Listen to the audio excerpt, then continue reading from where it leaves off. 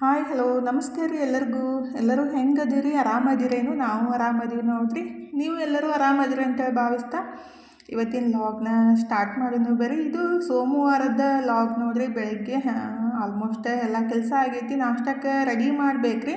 ಹಾಗಾಗಿ ಇನ್ನೂ ಜಳಕ ಇಲ್ಲ. ಇವತ್ತು ಸ್ವಲ್ಪ ಅರ್ಬಿ ಎಲ್ಲ ಜಾಸ್ತಿ ಅದಾವಂದ್ರೆ ನಿನ್ನೆ ಹೊರಗಡೆ ಹೋಗಿದ್ದಿಲ್ಲ, ಅರ್ಬಿ ತೊಗೊಳಕ್ಕಾಗಿತ್ತಿಲ್ಲ. ಅದಕ್ಕಾಗಿ ಫಸ್ಟಿಗೆ ನಾಷ್ಟಕ್ಕೆ ರೆಡಿ ಮಾಡಿ ಕೊಟ್ಟನ, ಆಮೇಲೆ ಅರ್ಬಿ ತೊಗೋದ್ರಾಯ್ತು ಅಂತೇಳಿ ನಾಷ್ಟಕ್ಕೆ ರೆಡಿ ಮಾಡಾಕಂತೀನಿ ನೋಡ್ರಿ. ಟೈಮ್ 7:30 ಆಗಿತ್ತ. ಅದಕ್ಕಾಗಿ ಫಸ್ಟಿಗೆ ಈ ಕಡೆ ರವಾನ ಹುರಿಯಾಕೆ ಇಟ್ಬಿಟ್ಟು ಬೀಟ್ರೂಟ್ ಜ್ಯೂಸ್ ಮಾಡಿಕೊಂಡು ಕುಡಿದ್ರಾಯ್ತು ಅಂತೇಳಿ ಬೀಟ್ರೂಟನ್ನು ಮ್ಯಾಲಿನ ಸಪ್ಪಿ ತೆಗ್ಯಾಕಂತೀನಿ ನೋಡ್ರಿ. ಆ್ಯಕ್ಚುಲಿ ಡೈಲಿ ಬೀಟ್ರೂಟ್ ಜ್ಯೂಸ್ ಕುಡಿದ್ಬಿಟ್ರೆ ಭಾಳ ಇಷ್ಟ ಆಗುತ್ತೆ ರೀ. ಆದರೆ ರೆಡಿ ಮಾಡ್ಕೊಳಕ್ಕನ ಒಲ್ಲ ಅನಿಸುತ್ತೆ. ಅದಕ್ಕಾಗಿ ಬುಧವಾರ ತಂದಿದ್ದು, ಇವತ್ತು ಸೋಮವಾರ ರೀ, ಮಾಡೋಕ್ಕನ ಆಗಿತ್ತಿಲ್ಲ. ಅದಕ್ಕಾಗಿ ಇವತ್ತು ಫೈನಲಿ ಮಾಡ್ಕೊಂಡು ಕುಡಿದ್ರಾಯ್ತು.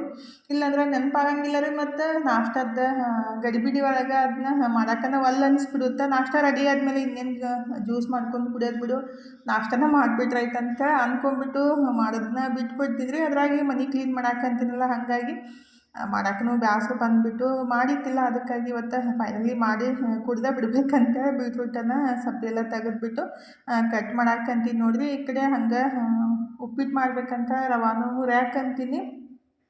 ನಮ್ಮ ಮನ್ಯಾಗ ನಾಷ್ಟಕ್ಕೆ ಲೇಟ್ ಆಗಿಬಿಟ್ರೆ ನಡೆಯಂಗೆ ಇಲ್ಲ ರೀ. ಫಸ್ಟಿಗೆ ನಾಷ್ಟಕ್ಕೆ ರೆಡಿ ಮಾಡಿಬಿಟ್ಟು ನೀವು ಎಷ್ಟೋ ತನಕ ಆದ್ರೂ ಕೆಲಸ ಮಾಡಿರಿ, ಆದರೆ ನಾಷ್ಟಕ್ಕೆ ರೆಡಿ ಮಾಡಿ ಕೊಟ್ಬಿಡ್ಬೇಕು. ನನಗೆ ಫಸ್ಟಿಗೆ ಜಳಕ ಎಲ್ಲ ಮುಗಿಸ್ಬಿಟ್ರೆ ಫ್ರೆಶ್ ಅಂತ ಅನಿಸುತ್ತೆ. ಆದರೆ ಈಗ ಇವತ್ತು ಸ್ವಲ್ಪ ಜಾಸ್ತಿನೇ ಕೆಲಸ ಇತ್ತು, ಮತ್ತು ಬೆಡ್ರೂಮನ್ನು ಕ್ಲೀನ್ ಮಾಡೋದಿತ್ತು. ಅದಕ್ಕಾಗಿ ನಾಷ್ಟಕ್ಕೆ ರೆಡಿ ಮಾಡಿ ಕೊಟ್ಟು ನಾನು ಸ್ವಲ್ಪ ನಾಷ್ಟ ಮಾಡಿಬಿಟ್ಟು ಆಮೇಲೆ ಬಟ್ಟೆ ಅದೆಲ್ಲ ತೊಳ್ದನೆ ಜಳಕ ಎಲ್ಲ ಮುಗಿಸಿದ್ರಾಯ್ತು ಅಂತೇಳಿ. ಅಂದರೆ ಮನೆ ಕ್ಲೀನ್ ಮಾಡಬೇಕಾದ್ರೆ ಮತ್ತು ಮೈಯೆಲ್ಲ ಹೊಲಸಾಗುತ್ತಲ್ರಿ. ಮತ್ತು 2 ಸಲ ಎಲ್ಲಿ ಜಳಕ ಮಾಡೋದಂತೇಳಿ ಇವತ್ತು ಜಳಕ ಮಾಡೋಕ್ಕೆ ಹೋಗಿಲ್ಲ. ಫಸ್ಟೆಲ್ಲ ಹಂಗೆ ರೀ, ಮನು ಸಣ್ಣವರಿದ್ದಾಗ 12 ಗಂಟೆ 1 ಗಂಟೆ ತನಕನೂ ಬರೀ ಕೆಲಸನೇ ಆಗ್ತಿತ್ತು. ಅಂದರೆ ಇವಾಗೆಲ್ಲ ನಮ್ಮ ಮನೆಯವರು ಕಸ ಗುಡಿಸ್ತಾರೋ ಮತ್ತು ನೆಲ ಒರೆಸ್ಕೊಡ್ತಾರೋ, ಇವಾಗಾರ ಹೀಗಾಗಿ ಹೆಲ್ಪ್ ಮಾಡ್ತಾರೋ. ಆದರೆ ಫಸ್ಟೆಲ್ಲ ನಾನೇ ಮಾಡಬೇಕಿತ್ತು, ಪೂಜೆನೂ ಮಾಡಬೇಕಿತ್ತು. ಅವರು ಈಗ ಪೂಜೆನೂ ಮಾಡ್ತಾರೆ, ಹಂಗಾಗಿ ಹೆಲ್ಪ್ ಆಗೋದ್ರಿ. ಅದಕ್ಕಂತೇಳಿ ನಾನು ಜಲ್ದಿನೇ ಜಳಕ ಎಲ್ಲ ಮುಗಿಸ್ಬಿಡ್ತೀನಿ. ಮೊನ್ನೆ ಒಬ್ಬರು ಸಿಸ್ಟರ್ ಕಮೆಂಟ್ ಬಾಕ್ಸ್ ಒಳಗೆ ಅಂದಿದ್ರು, ಅಂದ್ರೆ ಫಸ್ಟಿಗೆ ಎಲ್ಲ ರೆಡಿ ನಾಷ್ಟ ಮಾಡಿಬಿಟ್ಟರೆ ಆಮೇಲೆ ಜಳಕ ಮಾಡಬೇಕಿಲ್ರಿ ಅಂತೇಳಿ. ಫಸ್ಟೆಲ್ಲ ಹಾಗೆ ಮಾಡ್ತಿದ್ದೆ ರೀ. ಅಂದರೆ ನನಗೊಂದು ಏನು ಹ್ಯಾಬಿಟ್ ಅಂದರೆ ಜಳಕ ಮಾಡಿ ನಾಷ್ಟ ಮಾಡಿಬಿಟ್ರೆ ನಿವಾಂತ ಆಗುತ್ತೆ. ಅದಕ್ಕಾಗಿ ಈ ಥರ ಮಾಡೋದು. ಅದರ ಕೆಲಸ ಜಾಸ್ತಿ ಇದ್ದಾಗ ಫಸ್ಟಿಗೆ ನಾಷ್ಟ ಮಾಡಿನೇ ಕೆಲಸ ಮಾಡೋದು ಒಳ್ಳೆಯದು. ಕೆಲವೊಂದು ಸಲ ಆ ಥರ ಆಗ್ತಿರ್ತೈತ್ರಿ. ಈಗ ಫೈನಲಿ ಬೀಟ್ರೂಟ್ ಜ್ಯೂಸ್ನು ರೆಡಿ ಮಾಡಿ ಕುಡಿದ್ಬಿಟ್ಟು ನಾಷ್ಟಕ್ಕೂ ರೆಡಿ ಮಾಡಿದೆ ನೋಡಿರಿ.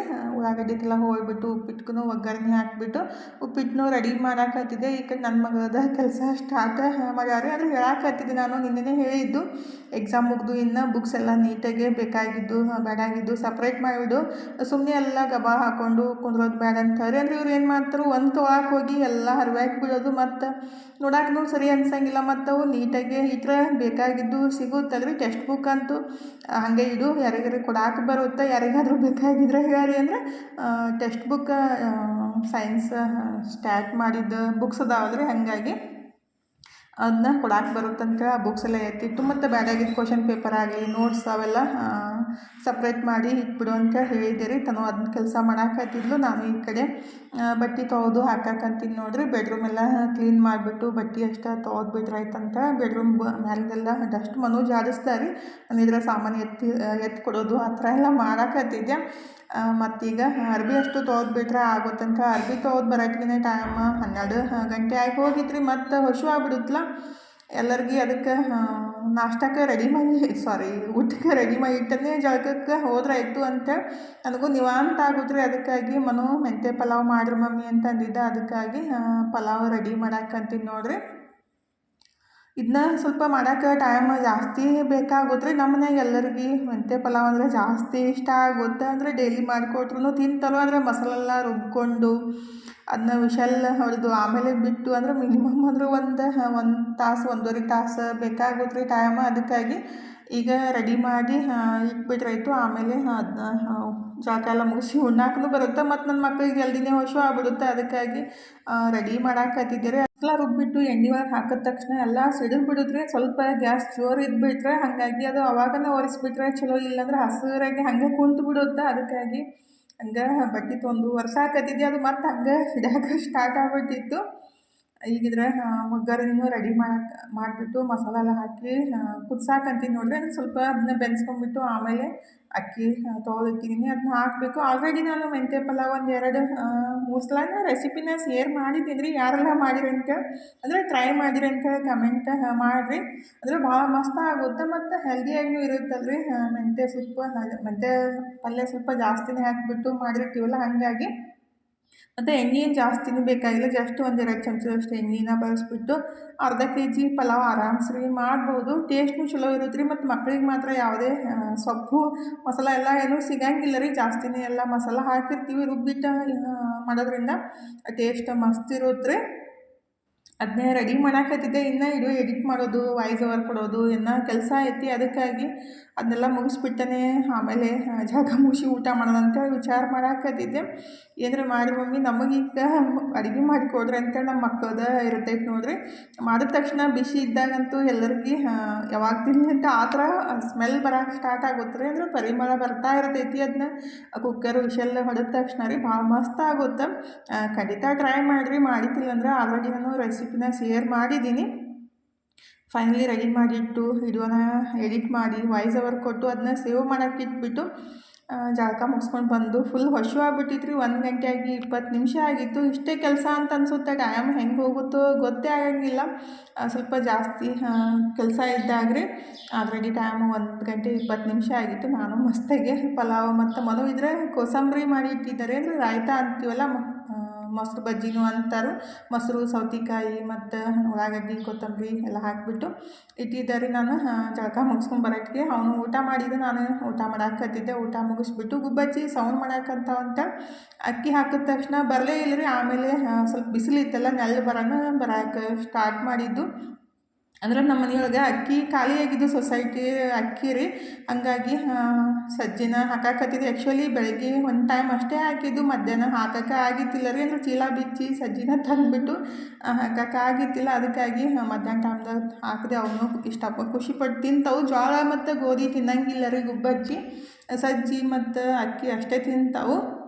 ನನ್ನ ಮಗಳಿದ್ರೆ ಹೊರಗಡೆ ಅವ್ರ ಫ್ರೆಂಡ್ಸಿಗೆ ಭೇಟಿಯಾಗಕ್ಕೆ ಹೋಗಿದ್ಲು. ಅಂದರೆ ಇವತ್ತು ಲಾಸ್ಟ್ ಎಕ್ಸಾಮ್ ಆದರೆ ಸೈನ್ಸ್ ಒಂದಿತ್ತು. ಅಂದರೆ ಬಯೋ ಮಾಡ್ತಾರು ಬಯೋ ಎಕ್ಸಾಮ್ ಇತ್ತು. ಅದಕ್ಕೆ ಭೇಟಿಯಾಗಿ ಬರೋಕ್ಕೆ ಹೋಗಿದ್ಲು. ಬರೋದಾಗ ಚಾಕ್ಲೇಟ್ ತಂದಿದ್ಲು. ತಾನು ತಿಂದ್ಲು, ನನಗೂ ಸ್ವಲ್ಪ ಕೊಟ್ಲು. ಅಂದರೆ ಚಾಕ್ಲೇಟ್ ಅಂದ್ರೆ ಮಕ್ಕಳಿಗೆ ಜಾಸ್ತಿ ಇಷ್ಟ ಆಗುತ್ತೆ ರೀ. ಜಾಸ್ತಿ ತಿನ್ಬೇಡ ಅಂತ ಹೇಳ್ತಿರ್ತೀನಿ. ಕೆಲವೊಂದು ಸಲ ತಂದು ತಿಂತಿರ್ತಾಳು. ಈಗಿದ್ರೆ ನಾನು ನಿಂಬೆಹಣ್ಣಿನ ಶರ್ಬತ್ತು ಮಾಡಿ ಕೊಡಾಕಂತೀನಿ ನೋಡಿರಿ. ನನ್ನ ಮಗನಿಗೆ ಡೈಲಿ ಒಂದು ಸಲ ಆದ್ರೂ ನಿಂಬೆಹಣ್ಣಿನ ಶರ್ಬತ್ತು ಮಾಡಿ ಕೊಡಬೇಕು. ಮತ್ತು ಅವ ಇದ್ದಲ್ಲೇ ಒಯ್ದು ಕೊಡಬೇಕು. ಹಂಗಾಗಿ ಅವನಿಗೆ ರೆಡಿ ಮಾಡಿ ಕೊಟ್ಟು ನಾನು ಕುಡಿದೆ ನೋಡಿರಿ. ಇದು ಆ್ಯಕ್ಚುಲಿ ಇದೇನೈತಲ್ಲ ರೀ, ವಿಡಿಯೋ ಆ್ಯಡ್ ಮಾಡಿದ್ದಿಲ್ಲ. ಆ್ಯಕ್ಚುಲಿ ಗುಡಿ ಹಾಕೋರು ಮೊಬೈಲ್ದಾಗಿದ್ದು, ಅವರು ನನಗೆ ಬಿಟ್ಟು 2-3 ದಿವಸ ಆಯಿತು. ನಿಮ್ಮ ಸಂಗಟನೂ ಶೇರ್ ಮಾಡ್ಕೋಬೇಕು ಅನಿಸಿತ್ತ. ಹಾಗಾಗಿ ಶೇರ್ ಮಾಡಾಕತ್ತಿದ್ದು. ಅಂದ್ರೆ ತನ್ನ ಬರ್ತಡೇ ದಿವಸ ರೀ, 10ನೇ ವರ್ಷನ 11ನೇ ವರ್ಷ ಅಂತ ಅನಿಸುತ್ತೆ.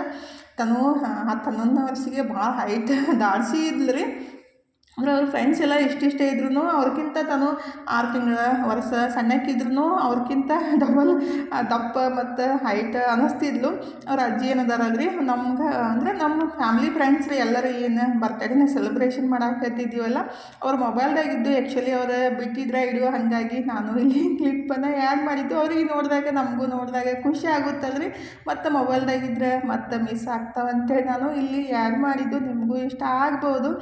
ಲೈಫ್ ಅನ್ನೋದು ಎಷ್ಟು ಬೇಗ ಚೇಂಜ್ ಆಗುತ್ತಲ್ರಿ. ನಮ್ಮ ತನು ಫಸ್ಟಿಗೆ ದಪ್ಪಾಗೆ ಗುಂಡಾಗಿನೇ ಇದ್ಲು. ಯಾವಾಗಲೂ ಊಟನ ಹಿಡ್ಕೊಂಡ್ರಿ. ಇವಾಗಲೂ ಅಷ್ಟೇನು ಭಾಳ ಸಣ್ಣ ಇಲ್ಲ. ಕೆಲವೊಬ್ಬರು ಭಾಳ ದಪ್ಪದಾಳು ಅಂತಾರೆ. ಮತ್ತು ಸ್ವಲ್ಪ ಕಪ್ಪದಾಳು, ನಿಮ್ಗೆ ಹೋಲಂಗೆ ಇಲ್ಲ. ನಾವು ಹೆಂಗಿದ್ದೀವಲ್ರಿ ಹಾಗೆ ಹುಟ್ಟಾಕೇನು ಪ್ರಿಂಟಿಂಗ್ ಮಷಿನ್ ಏನ್ರಿ. ಮಕ್ಕಳು ಅಂದಮೇಲೆ ಸ್ವಲ್ಪ ಚೇಂಜಸ್ ಇದ್ದೇ ಇರುತ್ತೆ. ಹಂಗಾಗಿ ಕೆಲವೊಂದು ರೀತಿ ಮಾತಾಡ್ತಾರೆ. ಅದಕ್ಕೆಲ್ಲ ಏನು ತಲೆ ಕೆಡ್ಸ್ಕೊಳಕ್ಕೆ ಹೋಗಂಗಿಲ್ಲ ರೀ. ಅಂದರೆ ಫಸ್ಟೆಲ್ಲ ಅಂತಿದ್ರು ಜಾಸ್ತಿ ಕಪ್ಪದಾಳು ದಪ್ಪದಾಳು ಅಂತೇಳಿ.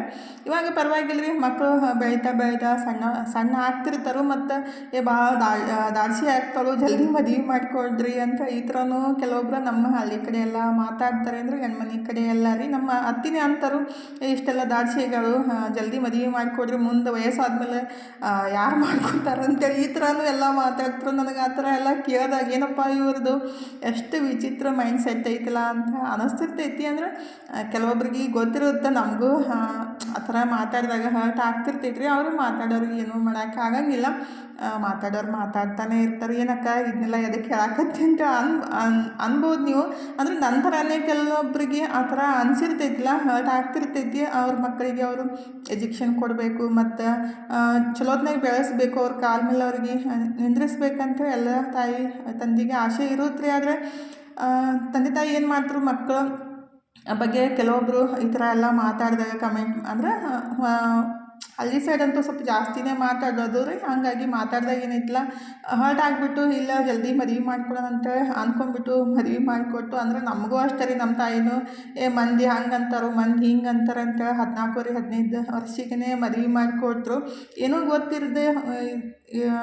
ಗೊತ್ತಿಲ್ಲಾರ್ದ ವಯಸ್ಸಿಗೆ ಮದುವೆ ಆಗಿ ಅಷ್ಟೆಲ್ಲ ಕಷ್ಟಪಟ್ಟು ಶ್ರಮಪಟ್ಟು ಜೀವನನ ಕಟ್ಕೊಂಡು ಅದನ್ನೆಲ್ಲ ನೆನಪು ಮಾಡ್ಕೊಂಡ್ಬಿಟ್ರೆ ಏನಪ್ಪ ಈ ಥರ ಜೀವನ ಅಂತ ಅನಿಸ್ತಿರ್ತೈತಿ. ಇವಾಗ ಲೈಫ್ ಒಂದೇ ಥರ ಯಾವಾಗೂ ಇರಂಗಿಲ್ಲ ರೀ. ಕಷ್ಟ ಬಂದಾಗ ಸುಖ ಬರಲೇಬೇಕು. ಸುಖ ಬಂದೈತೆ ಅಂತೇಳಿ ಕಷ್ಟ ಬರುತ್ತೆ. ಅಂದ್ರೆ ಕಷ್ಟ ಬಂದೈತೆ ಅಂತೇಳಿ ಕುಗ್ಗೋಕ್ಕಿಂತ ಸುಖ ಬಂದೈತೆ ಅಂತೇಳಿ ಜಾಸ್ತಿ ಹಿಗ್ಗೋಕ್ಕಿಂತ ಇದ್ದಿದ್ರೊಳಗೆ ತೃಪ್ತಿಯಾಗಿ ಬದುಕೋದು ಮನಸ್ಸಿಗೆ ಖುಷಿ ಕೊಡುತ್ತಲ್ರಿ. ಯಾವುದೂ ಶಾಶ್ವತವಲ್ಲ, ಯಾವುದು ಕೊನೆ ತನಕನೂ ಇರಲ್ಲ. ಇದ್ದಿದ್ರೊಳಗೆ ನಾವು ಚಲೋ ಅಂದ್ಕೊಂಬಿಟ್ಟು ಅಂದರೆ ನೆಮ್ಮದಿಯಾಗಿ ಇದ್ಬಿಟ್ರೆ ಜೀವನ ಹೆಂಗೋ ಒಂದು ದಾರಿ ಒಳಗೆ ಸಾಗುತ್ತಲ್ರಿ. ಅಂದರೆ ಕೆಲವೊಬ್ಬರು ಆ ಥರ ಅಂತಿರ್ತಾರಂತ ಹೇಳಿದೆ ಅಷ್ಟೇ.